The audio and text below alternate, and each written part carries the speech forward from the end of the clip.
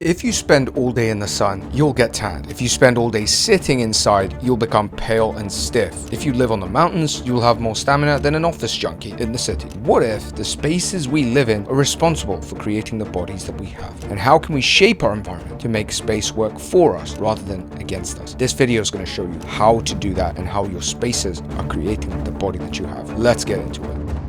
Space is like air. It's all around us. It's always there. So you never really think about how it affects you. And it definitely does. If you spend all your life on the mountains going up and down the hill, you probably have good leg muscles. You probably have good lungs and stamina. Whereas if you lived in a tiny little cubicle for the entirety of your life, you'll probably be unfit, develop some back pain, and have some belly fat and face fat, visceral fat, subcutaneous fat. Because bodies exist in space, the space affects your body. So how does this relate to your body and fitness? If you invest, for instance, in a good gym, this is going to make you more motivated to go to the gym. If it's crowded and every time you show up, you literally have to worry about whether you're going to be able to use the bench or whether you're going to bump into another guy doing bicep curls, and you have to like move your body in a side way, make sure not touch them, and everything's sweaty and stinky, which I have been in some of the cheapest gyms in London, for instance, and you're like, this is not enjoyable. So you actually want to train less. If you invest in your spaces, whether it's in the house, your home gym equipment, getting good dumbbells, signing up to a gym that's a little bit closer to your house so it's easier to go. These kind of choices, when you curate your environment in a way that makes the space nicer for you, this is a great way to shape your body as well, because your spaces will affect your mood, will affect your motivation, and will ultimately affect how you act and how you move in the world. So recognize that the space around you is making you feel and think and move and be a certain way. That's step one. Next, there's a riverside walk that I do every day. It's one of these riverside parks in Seoul that's really nice to walk along. And one of the things that made it amazing is the sunset. You could just go sit there and see the most beautiful sunset any day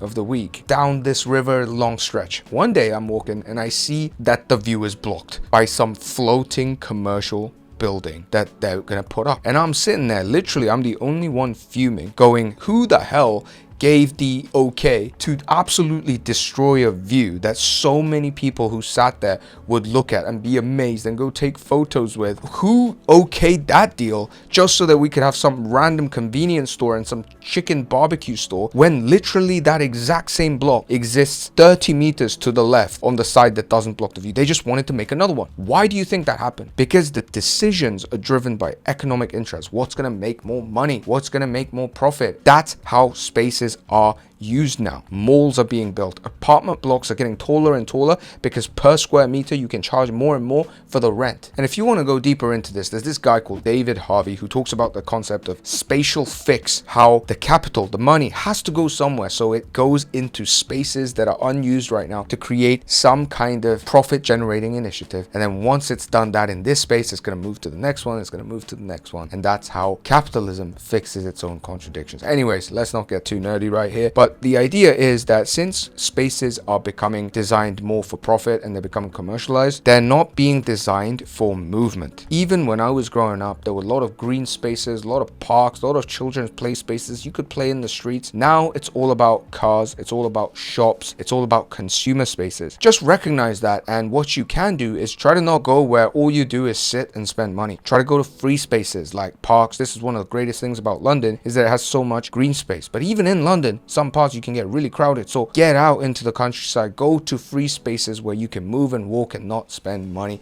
and that's going to help your body as well, because you're not surrounded by artificial stuff all the time, and your body will be allowed to move more freely. Next, have you realized how buildings are getting taller and taller? To give an example, in Seoul, there's an area that you probably all know called Gangnam, which literally means south of the river. It's like a rich business area of Seoul. I don't know why people want to go there other than for plastic surgery, because every time I go there I'm just like, yo, it's just tall buildings, wide as fuck, disorientating. It's not like cozy or homely or nice. The noise pollution, the air pollution, it's just all vertical, and it's not like amazingly like nice vertical. Maybe you have that in New York or something. I haven't been to New York, but in Seoul it's just disorientating. It's quite ugly. The roads are wide. I just don't like it personally. Spaces are becoming vertical because, again, per square meter you can charge more rent, and it's all about money. What does that mean? You can't have much lateral movement and walking. Spaces are not about walking anymore. They don't want you to walk. They want you to buy a card. And this is another thing, if you want to get nerdy, this guy called Michel de Certeau talks about. He talks about how in the practice of your everyday life in the city, you can challenge these norms. We're expected to move in certain ways, like robots going into a cubicle, turning left and right and going up the elevator. You can challenge this. You can be more like a flaneur.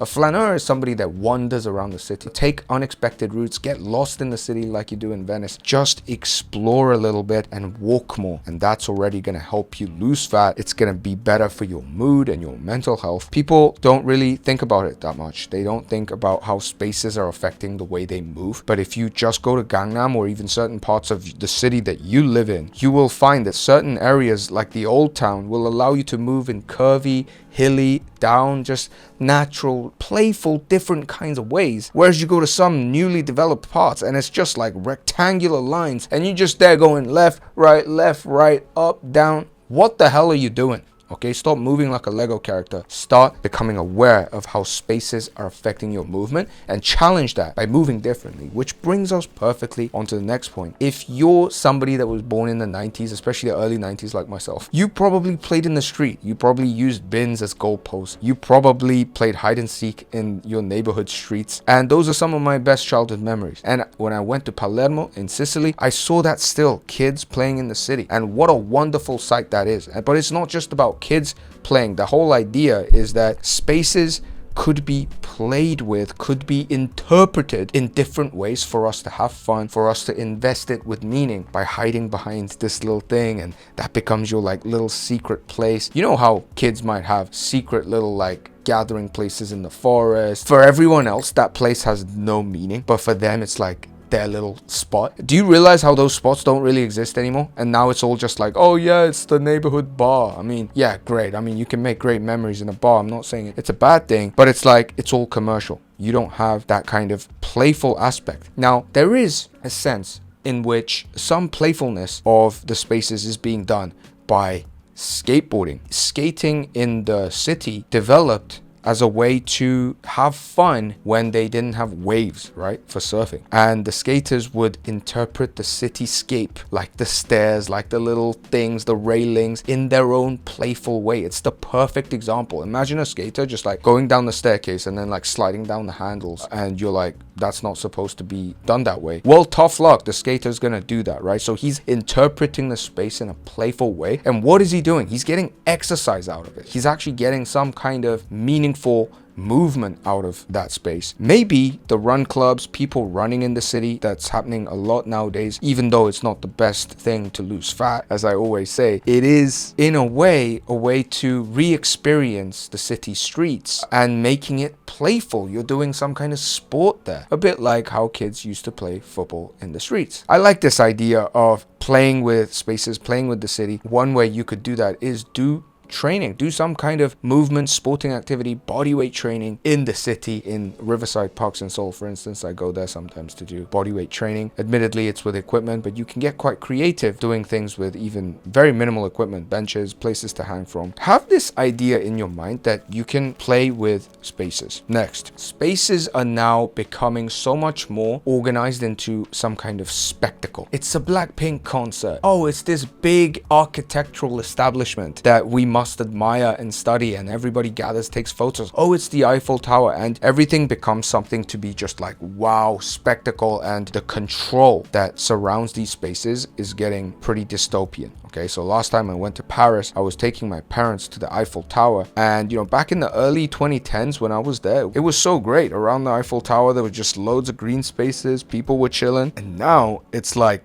just gated off, all these freaking glass walls just channeling people into these massive queues with all the green spaces just blocked out. Nobody can sit there. You can't have a picnic there. That's what we used to do. We used to have picnics there. It's like, no, it's all blocked off. All go in a queue, line up like rats. Space is becoming controlled. Your movement is becoming controlled, and this is obviously not a good thing. Our bodies are designed to move freely. It's designed to explore. If you think about our evolutionary past, bare feet, reacting to stuff, feeling the ground, moving freely, jumping, crawling, all that stuff that, you know, you might think is a little ridiculous. That's how our bodies were designed to move and be healthy and feel free in. And now, again, you're just moving in a very controlled and expected way. And the moment you deviate from what's accepted, people will give you weird stares, and you will give yourself weird stares and control your own self movement and how your body looks. Next, I was reading this book recently called The Hidden Dimension, and it's an old book, but this guy talks about how in animal populations, when the population becomes too crowded in a given space, they all suddenly die off. Like this deer on this island, after reaching this critical mass and going over it, like the next year, like half of them just died. And when they looked at the dead deer, they realized that their adrenal glands were massive, which means the stress that these deer had were huge. So it's likely that they died out of stress-related diseases. When they tested this with rats, you'd see the rats in these crowded places have very low fertility rates, very high stress levels, stress-related diseases, population decline, things like that. When I was listening to it, I was like, wait, this is exactly what they're talking about South Korea now. We're hugely populated and crowded in this mega city that is Seoul. There's a lot of competition. There's a lot of issues with finding a job, finding a mate, and just stress. So we have high suicide rates, we have very low fertility rate, and they talk about a population cliff. And I was like, nobody's talking about this from a spatial perspective. Nobody's talking about it as the adverse effects of crowding in Seoul. Where is this going? Are you just becoming full nerd on us? This goes back to gyms. This goes back to the spaces that you inhabit. You actually need some space, some green space to look at, some open space to chill in, where nobody's disturbing you, where you're not disturbed by noises and people and other people's presence just too close to you all the time. Maybe you want that when you go out to your music festival, but you also need that time away so that you can lower your stress and have a good time. Think about when it comes to gyms, it might be investing in a gym that is slightly more expensive